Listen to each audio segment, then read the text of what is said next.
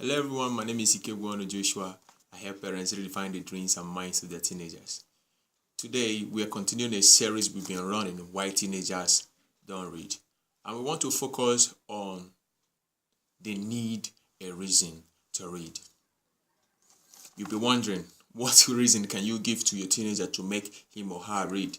But there are 1,001 reasons you can give to them. You need to make them understand the importance of reading. They need to know why they need to read. If they don't see anything reasonable to make them read, then why should they read?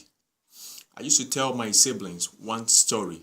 I told them that I've been in my seat in my room and I've traveled to London on several occasions. And they keep asking me how. I said, yes, I've read so many books and those books have made me been to Dubai. He said, how? I said, I read a fiction called My Vision. And that book told me a lot of things about Dubai and how Dubai was developed and where Dubai is and what Dubai is anticipating to become. They said, wow, yes, that is exactly what I told them. And the next thing I did was I remind them of a book I read when I was just 12. I saw the book in the shelf of my dad. And what is the title of that book? The Man They Couldn't Arrest. That was the first time I saw the picture of how London is. How gigantic buildings are everywhere in London. How people can move from streets to streets and nobody cared what they are doing and what they want to do.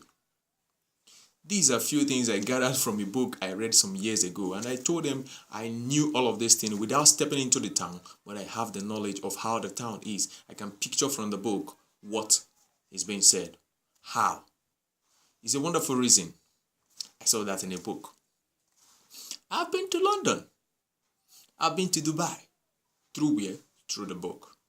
Now the next thing I tell them, if I'm you, if I'm a teacher, if I'm a parent, I will tell them, it gives you an edge over others. People want to be around those who know. And how do you know? By picking up a book and reading what others don't read. You do extraordinary things. It makes you different from ordinary people. So for you to be extraordinary, you need to read all extra books to be better than others. That's another wonderful reason. So if you can give just these two, it's a wonderful reason for them to read. But even at that, let me give you another one. For you to be active when you get old, a lot of old people, when they are old, they start behaving shaky and they can't think bigger, better. They can't do things actively again. Because of what? Because their mind controls their body and their mind have a little or no information because they don't read. So for you to be active at your old age, you need to read more books now that you are youth. Now you're a teenager. Hello? Are you thinking what I'm thinking? Now what is the next thing? Oh, they want to think broad. Hey, how do you think broad when you don't bend down to read?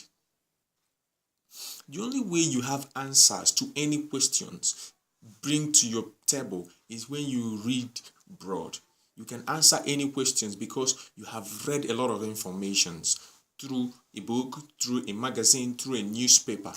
Read them. Insights will come to your head, and for you to have more insight, it is through reading. Then the next, how? You get to meet great minds. You meet great minds. When you read books from great people, it's more or less like you have met those people. Because when you meet their minds in book, you have met them one-on-one. I've read so many books by Dr. Miles Monroe late, and I've come to meet him one-on-one. Yes, when he came to Nigeria, I was not able to meet him, but I met him through his books. I've read so many books by Brian Tracy, especially No Excuses. And I've come to meet him one-on-one through that book, No Excuses. Okay, I have read so many books by Kenneth Hagin, who died 2004. I've been able to meet him one-on-one through his books. I Believe in Miracle was one of his first books I have ever read. And I met him, and I know his story of how he received his healing. And I was able to meet him one-on-one. So what am I trying to say? Give them wonderful reasons why they should read, and they will read wonderful books. Thank you. I still remain Ikegwonu Joshua. God bless you. Meet you next episode.